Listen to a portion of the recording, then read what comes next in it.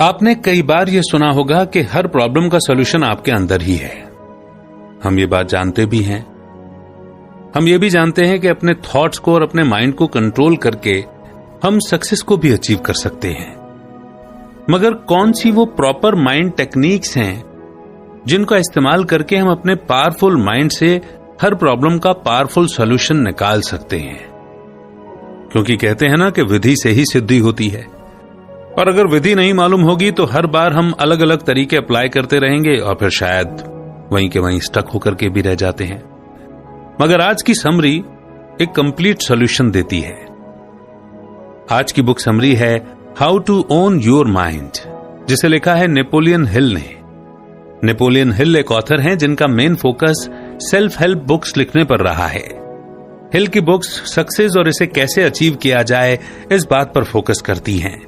उनकी सिखाई हुई बातों को सम्मानित करने के लिए द नेपोलियन हिल फाउंडेशन की स्थापना की गई थी। और आज की ये समरी आपको एहसास कराएगी कि एक सक्सेसफुल इंसान बनने के लिए आपको कोई कीमत चुकाने की जरूरत नहीं है। आपको बस अपने माइंड को ट्रेन करना है और इस समरी में दिए गए प्रिंसिपल्स को फॉलो करना है। तो आइए शुरुआत करते हैं आज की बुक समरी की। आपका माइंड किसी भी सिचुएशन पर काबू पा सकता है। पॉजिटिव सोचिए। क्या इन कॉमन फ्रेजेस को सुनकर आपको चिड़चिड़ाहट होती है? बेशक इनमें लॉजिक है, लेकिन आप एग्जैक्टली कितना पॉजिटिव सोचते हैं? आप मुश्किलों को दूर करने के लिए अपने माइंड को कैसे यूज कर सकते हैं? अगर आप सच बोलेंगे तो यह समझ लें कि आपका माइंड ही आपका दुश्मन है। आप वो पाने की कोशिश करते हो जो आप चाहते हो, पर आप हमेशा फेल हो जाते हो। आप एक बेटर माइंडसेट के साथ जीना चाहते हो, पर यह कभी नहीं हो पाता। आखिर में आप कोशिश करना छोड़ देंगे क्योंकि आप फेल होने से डरते हैं। हो सकता है कि आप पॉजिटिव एटीट्यूड रखने की कोशिश करके थक चुके हैं, लेकिन यह समरी आपको अपना माइंड चेंज करने में हेल्प करेगी। आप सीखेंगे कि कोई भी एक्शन लेने से पहले उसके बारे में सोचना जरूरी है, जो अपने जीवन का हर बड़ा फैसला लेने के लिए बेहद जरूरी है। आप अपने माइंड को अपॉर्चुनिटीज की तरह पहचानने और उन पर तुरंत एक्शन लेने के लिए ट्रेन कर सकते हैं। और सबसे इंपॉर्टेंट बात यह है कि आप अपने पर्पस और उसे अचीव करने के तरीके के बारे में भी जानेंगे। तो क्या आप अपने माइंड को कंट्रोल करने के लिए रेडी हैं?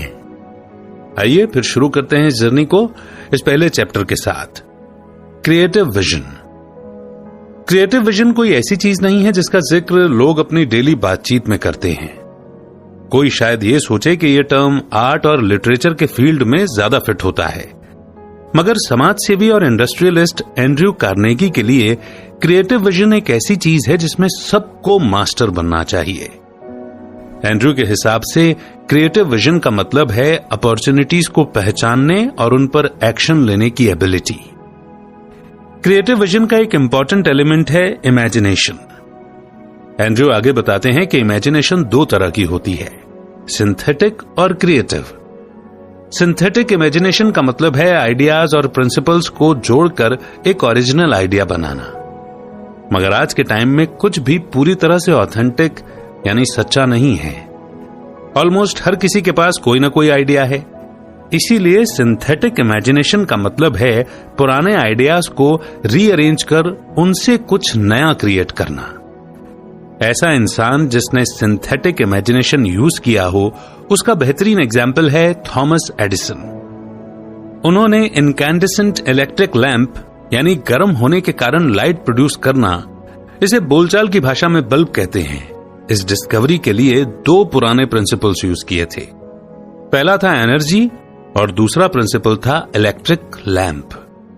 ये दोनों प्रिंसिपल एडिसन के टाइम पर पहले से ही यूज हो रहे थे। हालांकि इलेक्ट्रिक लैंप ज्यादा देर तक नहीं टिकते थे। इसमें लाइट जलती थी क्योंकि उसमें तार के टुकड़े थे जो इलेक्ट्रिक एनर्जी से जुड़े हुए थे। इससे एक व्हाइट ग्लो यानी कि सफेद चमक पैदा होती थी। इलेक्ट्रिसिटी इलेक्ट्रिक लैंप के मेटल को जल्दी जला देती थी।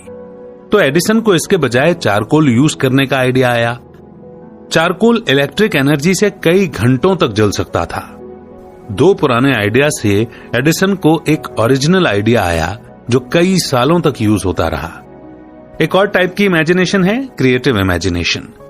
ये तब होता है जब एक इंसान नया आइडिया क्रिएट करता है। जिन आर्टिस्ट्स और राइटर्स को आप पसंद करते हैं वे अपनी क्रिएटिव इमेजिनेशन ही यूज करते हैं। उन्हें यह नहीं पता होता कि यह आइडिया और विजन कहां से आते हैं, पर उन्हें आते हैं। अब वापस एडिसन पर चलते हैं। उन्हें लैंप में चारकोल यूज करने का ब्रिलियंट आइडिया आया कहां से? कई इंटरव्यूज में एडिसन ने कहा था कि उन्हें एक आइडिया आया और उन्होंने उस पर बस एक्शन ले लिया। ठीक यही उन आर्टिस्ट्स के केस पर भी अप्लाई होता है जिन्हें आप इतना पसंद करते हैं। अक्सर उन्हें यह नहीं पता होता कि उन्हें कोई लिरिक्स, ट्यून या प्लॉट कहां से सूझा। क्रिएटिव इमेजिनेशन की यही तो खासियत है। क्रिएटिव विजन को आपकी इमेजिनेशन की जरूरत पड़ती है। दूसरे शब्दों में कहें तो जो आपको चाहिए उसके लिए आपको अपना सिंथेटिक और क्रिएटिव इमेजिनेशन डेवलप करना स्टार्ट करना चाहिए। अपनी इमेजिनेशन डेवलप करते वक्त आपको कुछ चीजें याद रखनी होगी। पहला है डेफिनेटनेस ऑफ पर्पस प्रिंसिपल, यानी पर्पस पक्का करना। फाइनेंशियल फायदे का थॉट इमेजिनेशन को बढ़ावा दे सकता है। सुनने में चाहिए कितना ही छोटा लगे, पर पैसा लाइफ को कुछ हद तक इजी बना देता है। अपने साथ ये पॉपुलैरिटी भी लेकर आता है। सेकंड है मास्टरमाइंड प्रिंसिपल। ये तब होता है जब एक ग्रुप टेबल पर बैठकर किसी प्रोडक्ट को इंप्रूव करने के तरीके ढूंढता है या कोई अच्छा बिजनेस आइडिया निकालता है। ये इमेजिनेशन को यूज करने का एक अच्छा तरीका है क्योंकि सब अपने दिमाग में एक ही पर्पस लेकर चलते हैं। थर्ड है going the extra mile principle. मान लो कि कोई औरत वो काम करती है जो उसे पसंद है। जैसे मान लो कि एना को एनिमल रेस्क्यू यानी जानवरों को बचाना पसंद है। उसे जानवर इतने पसंद हैं कि वो उनके साथ वक्त गुजारने के और भी तरीके ढूंढना चाहती है। जानवरों के लिए एना का पैशन उसके सिंथेटिक और क्रिएटिव इमेजिनेशन को स्टिमुलेट करता है। फोर्थ है अप्लाइड फेथ प्रिंसिपल। आप चाहें जिसमें भी विश्वास करते हो, आपका फेथ इमेजिनेशन का सबसे बड़ा सोर्स बन सकता है। हिस्ट्री में ऐसे कई फेमस लोग हुए हैं जो अपने फेथ की वजह से ही वो बन पाए जो वो बनना चाहते थे। फिफ्थ है ऑर्गेनाइज्ड इंडिविजुअल एंडेवियर प्रिंसिपल। कुछ क्रिएट करने के लिए इमेजिनेशन को स्टिमुलेट करने का ये एक डायरेक्ट अप्रोच है। इसका एक एग्जाम्पल है थॉमस एडिसन का इनकैंडेसेंट इलेक्ट्रिक लैंप का इन्वेंशन। नेक्स्ट चैप्टर है ऑर्गेनाइज्ड थॉट। क्या आपने कभी पहले अपने थॉट्स के बारे में सोचा है? क्या आपने कभी इस बात पर ध्यान दिया है कि आप कैसे सोचते हैं? ज्यादातर लोगों की तरह आपका जवाब भी शायद ना होगा। आप जो चाहते हैं अगर उसे पाना है तो आपका यह जानना जरूरी है कि आप कैसे सोचते हैं। इसीलिए आपको अपने थॉट्स को ऑर्गेनाइज करना होगा।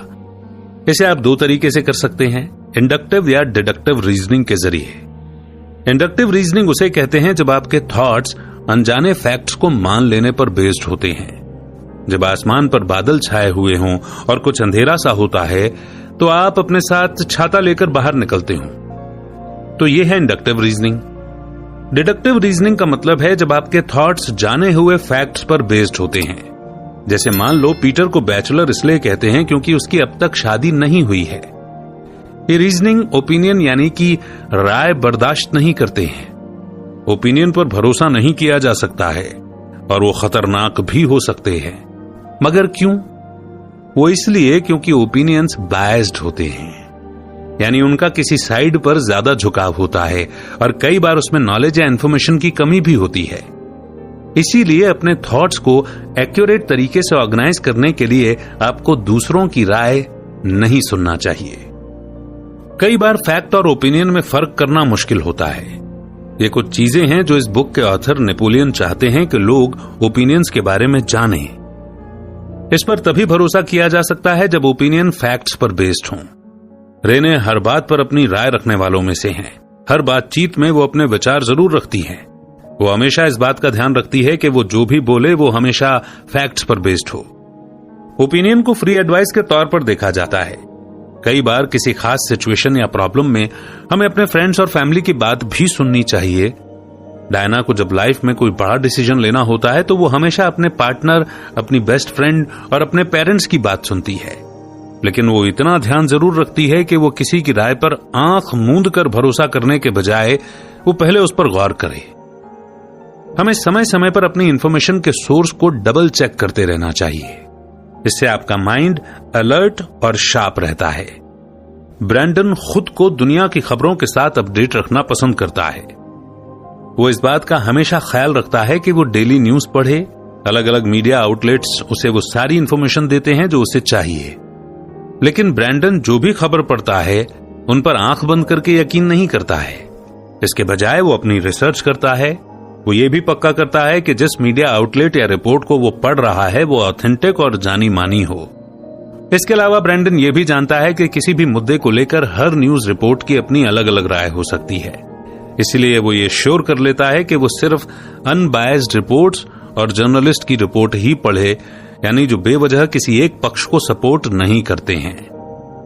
सोच समझकर इंफॉर्मेशन लेने की वजह से ही ब्रैंडन को सही तरीके से सोचने में मदद मिलती है। हर बात पर सवाल उठाओ। जब तक तुम्हें यकीन नहीं हो जाता कि कोई चीज फैक्ट पर बेस्ड है, तब तक और जानकारी जुटाते रहो। ऑर्गेनाइज्ड थिंकिंग में टाइम लगता है और इसके लिए सबसे जरूरी है कंट्रोल्ड हैबिट। जब तक आप इसे कंट्रोल हैबिट नहीं बना लेंगे, आप ऑर्गेनाइज्ड थिंकिंग नहीं कर सकते। इसे कुछ इस तरह से सोचिए कि आपका माइंड एक कैमरे जैसा है। इसमें कई इंफॉर्मेशन स्टोर्ड हैं। अगर आपको यह नहीं पता होगा कि किस चीज पर फोकस करना है, तो आपका माइंड सब कुछ कैप्चर करता रहेगा। यानी दूसरे शब्दों में कहें तो आपके दिमाग में दुनिया भर की बेकार इंफॉर्मेशन ऐड होती चली जाएंगी। इसमें बेकार का प्रोपेगेंडा, गॉसिप और फिजूल की चीजें भर जाएंगी। कंट्रोल्ड हैबिट आपके कैमरा को फोकस्ड रहने में हेल्प करेगा। ये हजारों पेड़ों के बीच में से भी एक रेयर पक्षी को जूम करके देख लेगा। यानी आप फोकस करके जो इंफॉर्मेशन इंपॉर्टेंट है, काम की है, उसे अपने ब्रेन में स्टोर रख सकते हैं। बात जब कंट्रोल्ड हैबिट की आती है तो आप कहां से स्टार्ट करेंगे? इसे आप डेफिनेटनेस ऑफ पर्पस के जरिए करते हैं। अब जैसे एग्जाम्पल के लिए आप हेल्दी और फिट होना चाहते हैं। आप शिकायत करते हैं कि आपका वेट कितना बढ़ गया है। फिर आप अपने हेल्थ को लेकर और ज्यादा अवेयर होने का डिसीजन लेते हैं। हालांकि आपके फिट और हेल्दी बनने की इच्छा सिर्फ एक इच्छा है। आप अब भी वही खा रहे हैं जो आपके लिए हेल्दी नहीं है। आप हेल्दी लाइफस्टाइल फॉलो नहीं कर रहे हैं। आपने अपने आसपास के माहौल में कोई बदलाव नहीं किया है। कंट्रोल्ड हैबिट के लिए विल पावर चाहिए होता है। आपको अपने गोल तक पहुंचने के लिए अवेयर होकर एफर्ट करना होगा। अब जैसे मान लो आप अपनी ऑर्गेनाइज्ड थिंकिंग को इंप्रूव करना चाहते हो, लेकिन यह सिर्फ रिपीटेशन के जरिए ही हो सकता है। आप अब आसानी से हर चीज पर यकीन नहीं करते हैं। जिन चीजों के बारे में आप जानना चाहते हैं, उनके बारे में और जानने के लिए आप रिसर्च करते हैं। ऊपर का एग्जाम्पल फिजिकल रिपीटेशन का एग्जाम्पल ज्यादा है। हालांकि ये इफेक्टिव है, लेकिन आपको मेंटल रिपीटेशन भी करना चाहिए। इसका एक अच्छा एग्जाम्पल होगा एफर्मेशंस। एमिल कुए, जो कि एक साइकोलॉजिस्ट और फार्मासिस्ट थे, थॉट हैबिट या एफर्मेशंस की पावर में पूरा यकीन रखते थे। उनका एक मंत्र है जिसे उनके followers the health and success formula कहते हैं। यह मंत्र था, दिन ब दिन हर तरह से मैं पहले से बेहतर और ज्यादा बेहतर होता जा रहा हूं। यह सेंटेंस रोज रिपीट करना बेवकूफी लग सकता है, लेकिन जो भी इस बात को समझता है कि इंसान के थॉट्स कितने पावरफुल होते हैं, वो इस मंत्र को कभी भी कम नहीं समझेगा। पेनेलोप ने आखिर अपनी बेकरी खोलने की हिम्मत की। बेकिंग हमेशा से ही उसका पैशन रहा था। पेनेलोप जानती थी कि एक बिजनेस स्टार्ट करना लंबा और मुश्किल सफर है। उसे बिजनेस स्टार्ट करने के लिए पैसों और बाकी रिसोर्सेज जुटाने पड़ेंगे। इसीलिए पेनेलोप ने हर काम की एक लिस्ट बनाई जो उसे पूरा करना था। उसने यह भी ध्यान रखा कि वो एक दिन में एक ही टास्क करेगी। पेनेलोप ने यहां डेफिनेटनेस ऑफ पर्पस दिखाया। उसने अपना टाइम और एफर्ट अपने ड्रीम को अचीव करने पर लगा दिया। अब क्योंकि वो हमेशा अपनी लिस्ट पर काम करती रहेगी, तो साथ ही उसने यहां फिजिकल रिपीटेशन भी दिखाया। लेकिन इसके अलावा पेनेलोप अपने डेली एफर्मेशंस की भी प्रैक्टिस करती रही। वो खुद को बोलती रही कि वो एक काबिल इंसान है जो जल्द ही खुद की बेकरी खोलेगी। उसने खुद को यह भी याद दिलाया कि कुछ अच्छा होने में वक्त लगता है, इसीलिए उसे सब्र रखना चाहिए। पेनेलोप के एफर्मेशंस उसे इस पूरी जर्नी में उत्साह देते रहे। जब भी वो निराश या फ्रस्ट्रेटेड फील करती, उसकी एफर्मेशंस की आदत उसे एनर्जी देती। साथ ही लॉ ऑफ अट्रैक्शन को भी कम मत समझिए। जो भी एनर्जी आप इस दुनिया को देंगे, दुनिया उसे आपको वापस लौटाएगी। अगर आप हमेशा ब्राइट साइड देखने की आदत डालेंगे तो आपके साथ पॉजिटिव चीजें होने लगेंगी। और सेम यही चीज नेगेटिव के साथ भी कही जा सकती है। नेक्स्ट चैप्टर है controlled attention. Controlled attention controlled habit जितना ही जरूरी है। नेपोलियन इस बात पर जोर देते हैं कि कंट्रोल्ड अटेंशन उन प्रिंसिपल्स में से एक है जो हमें सक्सेसफुल बनने के लिए चाहिए। कंट्रोल्ड अटेंशन में बहुत पावर है। नेपोलियन इसे मेंटल डायनामाइट भी कहते हैं। कंट्रोल्ड अटेंशन के जरिए आप खुद के बारे में अपने सारे डाउट्स दूर कर सकते हैं। लेकिन हम कंट्रोल्ड अटेंशन कैसे अचीव करें? इसके लिए आपको 5 फैक्टर्स चाहिए: definiteness of purpose, self discipline, controlled attention, auto suggestion और पावर ऑफ विल। चलिए एक आदमी का एग्जाम्पल लेते हैं जिसे ऊपर दिए फैक्टर्स डिफाइन करने के लिए पैसों की जरूरत है। हेरोल्ड को महीने के अंत में अपना रेंट चुकाने के लिए पैसों की सख्त जरूरत है। बेशक हेरोल्ड बिना कुछ किए सिर्फ पैसों को लेकर टेंशन ले सकता है, जैसा कि ज्यादातर लोग करते हैं, लेकिन हेरोल्ड थोड़ा पैसा कमाने के लिए इन 5 फैक्टर्स को भी यूज कर सकता है। हेरोल्ड डेफिनेट ऑफ पर्पस दिखाते हुए यह डिसाइड करता है कि वो अपना रेंट भरने के लिए पैसा जुटाएगा। उसका यह इरादा उसे अलर्ट रखेगा कि उसे अपना टाइम और एनर्जी कहां लगानी चाहिए। वो अपने फोन पर घंटों स्क्रॉलिंग करने के बजाय अपना टाइम पैसों का इंतजाम करने में लगाता है। नेक्स्ट है इमोशंस को कंट्रोल करके सेल्फ डिसिप्लिन लाना। हेरोल्ड ये सोचकर नहीं डरता कि वो पैसों का इंतजाम नहीं कर पाएगा। वो अपने डाउट और नाउमीदगी को खुद पर हावी नहीं होने देता। कम समय में पैसा कमाना मुश्किल है, लेकिन हेरोल्ड जानता है कि अगर उसका डर जीत गया तो उसके लिए अच्छा नहीं होगा। उसका डर उसे हार मानने पर मजबूर कर देगा। बाकी के जो फैक्टर्स बताए गए हैं वो नेक्स्ट फैक्टर बनाते हैं, जो है कंट्रोल्ड अटेंशन। हेरोल्ड अपना ज्यादातर टाइम और कंसंट्रेशन पैसे कमाने में लगाता है और कंट्रोल्ड अटेंशन का मतलब भी यही है। नेक्स्ट है ऑटो सजेशन। ऑटो सजेशन उसे कहते हैं जब हेरोल्ड ब्रेनस्टॉर्मिंग यानी अपने दिमाग के घोड़े दौड़ाना शुरू करता है। वो ऐसे तरीके खोजने लगता है जिससे वो पैसे कमा सके। अब क्योंकि वो चीजें रिपेयर करने में अच्छा था, तो हेरोल्ड अपने आस पड़ोस में पता कर सकता था कि कहीं किसी को कोई चीज रिपेयर करवानी थी या नहीं, या शायद उनके बच्चों को वो ट्यूशन दे सकता था। हेरोल्ड मैथ्स में काफी अच्छा था। ऑटो सजेशन माइंड का एक तरीका है आपको बताने का कि आप इसे किसी सिचुएशन में 1000 तरीके से कर सकते हैं। फाइनल फैक्टर है विल पावर यानी कि इच्छा शक्ति। आपको चाहे लगे कि सिचुएशन कितनी भी खराब हो, तो भी उस प्रॉब्लम से निकलने का कोई न कोई तरीका जरूर होगा। आपका पक्का इरादा और डटकर लगे रहने के लिए आपका विल पावर जिम्मेदार होता है। पहले 5 पड़ोसी जिनसे हेरोल्ड ने बात की शायद उसकी सर्विस लेने से मना कर दें, पर हो सकता है कि कोई और पड़ोसी उसे हां बोल दे। और यही सोचकर हेरोल्ड ने कोशिश नहीं छोड़ी। ये 5 प्रिंसिपल हेरोल्ड को पैसा कमाने में हेल्प करेंगे, और यही वो प्रिंसिपल्स हैं जो इतिहास में सक्सेसफुल लोगों ने भी फॉलो किए थे। अब जैसे आप यहां थॉमस एडिसन का ही एग्जांपल ले लीजिए। थॉमस एडिसन अपने अचीवमेंट का क्रेडिट उन प्रिंसिपल्स को देते हैं जो वो शिद्दत से फॉलो करते थे। जब उनसे पूछा गया कि उस चीज का नाम बताएं जो इन्वेंशन के फील्ड में सबसे ज्यादा जरूरी है, तो एडिसन ने उसकी एक लिस्ट बनाई। उन्होंने उस चीज को डिफाइन करने पर जोर दिया जो इंसान अचीव करना चाहता है, यानी इंसान को अपने पर्पस के बारे में पक्के तरीके से मालूम होना चाहिए। इसके बाद एडिसन ने बखूबी समझाया कि कंट्रोल्ड अटेंशन और ऑटो सजेशन का मतलब क्या है। एडिसन ने कहा कि किसी इंसान को उस पर्पस पर फिक्स रहना चाहिए जो वो अचीव करना चाहता है। उसे उस धुन के साथ उस काम में लगे रहना चाहिए कि उसे पता ही ना हो कि इम्पॉसिबल शब्द होता क्या है। उस इंसान में कंट्रोल्ड अटेंशन है क्योंकि वो उस चीज पर फोकस्ड रहता है जो उसे चाहिए। वो अपने क्राफ्ट में मास्टर बनने के लिए टाइम और एफर्ट लगाता है और सेम विजन वाले लोगों से मदद लेता है। वो अपना टाइम उन चीजों पर कभी वेस्ट नहीं करता जो उसे सक्सेसफुल बनाने में मदद नहीं कर रही, और ना ही उसके फेलियर, कोई रुकावट या सेल्फ डाउट उसे रोक पाते हैं। ये बिल्कुल विल पावर के प्रिंसिपल जैसा है।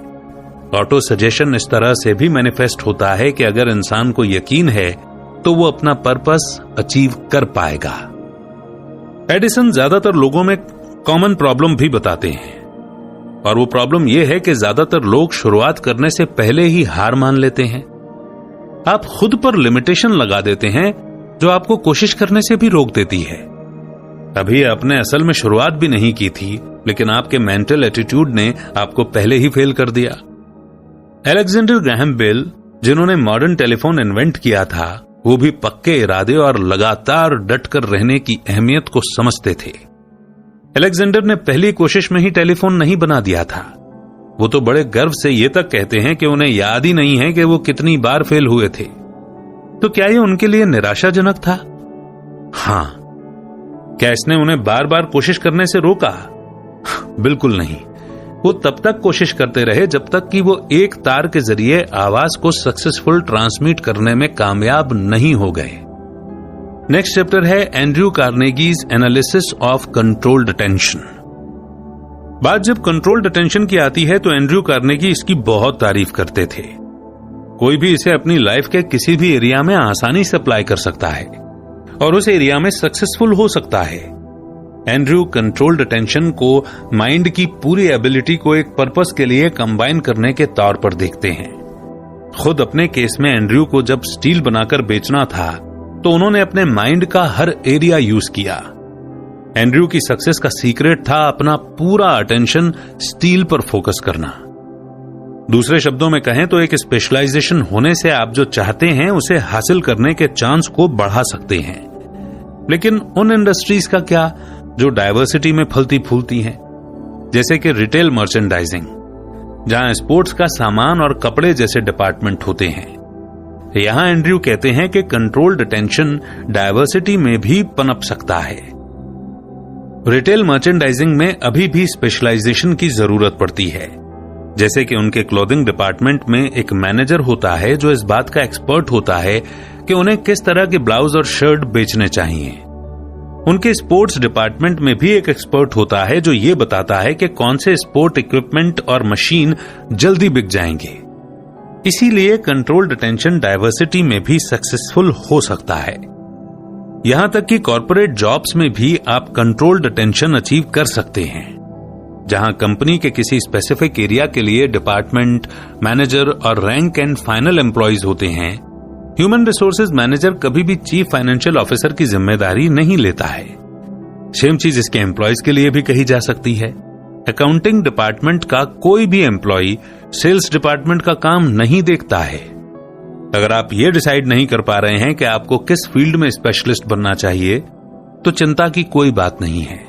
एंड्रयू सलाह देते हैं कि हमें बहुत सोच समझकर ही डिसाइड करना चाहिए कि हमें अपना टाइम और एफर्ट कहां लगाना है। अगर आपको आइडिया है कि आपकी लाइफ का मेजर पर्पस क्या है, तो इसमें भी यह आपको हेल्प करेगा। यह आपको सही रास्ते की तरफ लेकर जा सकता है। जैसे एग्जाम्पल के लिए, क्लेयर फिलहाल एक कॉलेज स्टूडेंट है। अभी वो डिसाइड ही कर रही है कि उसे किस चीज में स्पेशलाइज करना चाहिए। वैसे तो वो कम्युनिकेशंस की पढ़ाई कर रही है, पर उसे अपने मेजर से रिलेटेड करियर चुनना पसंद नहीं है। क्लेयर अभी अपनी एजुकेशन पूरी कर रही है। उसने कुछ और करियर के बारे में भी पता किया है जो वो आगे कर सकती है। अपनी एजुकेशन पूरी करते हुए क्लेयर को समझ आ गया था कि वो क्या बनना चाहती है। अंत में उसने डिसाइड किया कि ये उसके मेजर से रिलेटेड नहीं होगा। फिर उसने मेडिसिन चुनने का मन बनाया। क्लेयर को एहसास हुआ कि वो जरूरतमंद लोगों की मदद करना चाहती है। उसे पता चला कि वो एक डॉक्टर बनकर सबसे ज्यादा हेल्प कर सकती है। बेशक उसकी कॉलेज डिग्री वेस्ट नहीं गई, उससे उसे और भी इफेक्टिव फिजिशियन बनने में हेल्प मिली। वो इसलिए क्योंकि वो अपने पेशेंट्स के साथ और ज्यादा क्लियरली बात कर सकती थी। एंड्रयू को नहीं लगता कि कोई स्पेशलाइजेशन न होना एक वेस्ट है। इस टाइम का इस्तेमाल अपनी सॉफ्ट स्किल्स को इंप्रूव करने में किया जा सकता है, जैसे कि इफेक्टिवली कम्युनिकेट करना, टीम में काम करना और सेल्फ डिसिप्लिन बनना। अपने स्पेशलाइजेशन को बदलना भी कोई गलत बात नहीं है अगर आपको ऐसा करने की जरूरत पड़ती है तो। बेशक आपने एक स्पेसिफिक एरिया में अच्छा करने और फोकस्ड रहने के लिए कई साल लगाए थे, लेकिन आपका पैशन और इच्छा चेंज हो सकते हैं। हाँ, किसी नए करियर में नई शुरुआत करना ऐसा लगेगा जैसे आपने अब तक अपना टाइम वेस्ट किया हो, लेकिन टाइम वेस्ट तब और ज्यादा होगा जब आप वो नहीं करेंगे जो आप हमेशा से करना चाहते थे। और अब वक्त है कंक्लूजन का, यानी अभी तक हमने जो भी पॉइंट्स या जो भी चैप्टर्स पढ़े और सुने, उनकी की लर्निंग्स को हम यहां पर दोहराएंगे। फर्स्ट, आपने क्रिएटिव विजन के बारे में जाना। अपॉर्चुनिटीज को पहचान कर उन पर एक्शन लेने की एबिलिटी को क्रिएटिव विजन कहते हैं। अपने इमेजिनेशन को यूज किए बिना आपको क्रिएटिव विजन नहीं आ सकता। इमेजिनेशन दो तरह की होती है, सिंथेटिक और क्रिएटिव। सिंथेटिक इमेजिनेशन पुराने आइडियाज और प्रिंसिपल्स को जोड़कर एक ओरिजिनल आइडिया क्रिएट करता है, जबकि क्रिएटिव इमेजिनेशन उसे कहते हैं जब किसी को बिल्कुल नया आइडिया आता है। आप अपने इमेजिनेशन को स्टिमुलेट करने के लिए 5 प्रिंसिपल्स यूज कर सकते हैं। ये हैं definiteness of purpose, the mastermind, going the extra mile, applied faith and organised individual endeavour principle. Second, आपने जाना कि ऑर्गेनाइज्ड थिंकिंग कैसे प्रैक्टिस की जाए। ऑर्गेनाइज्ड थॉट्स ओपिनियंस को नहीं सुनते। अगर कोई ऑर्गेनाइज्ड माइंड किसी ओपिनियन को सुनता है तो वो उसे पूरी तरह से एनालाइज करता है। आप कंट्रोल्ड हैबिट के जरिए ही ऑर्गेनाइज्ड थॉट अचीव कर सकते हैं। कंट्रोल्ड हैबिट का मतलब है जब आप कॉन्शियसली वो पाने की कोशिश करते हैं जो आपको चाहिए। ये हम फिजिकल और मेंटल रिपीटेशन के जरिए करते हैं। थर्ड, आपने कंट्रोल्ड अटेंशन के बारे में समझा।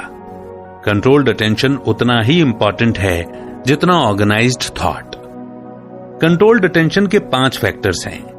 ये है definiteness of purpose, self discipline, controlled attention, auto suggestion और विल पावर। फोर्थ, आपने जाना कि कंट्रोल्ड अटेंशन लाइफ के हर एरिया पर अप्लाई होता है, खासकर करियर पर।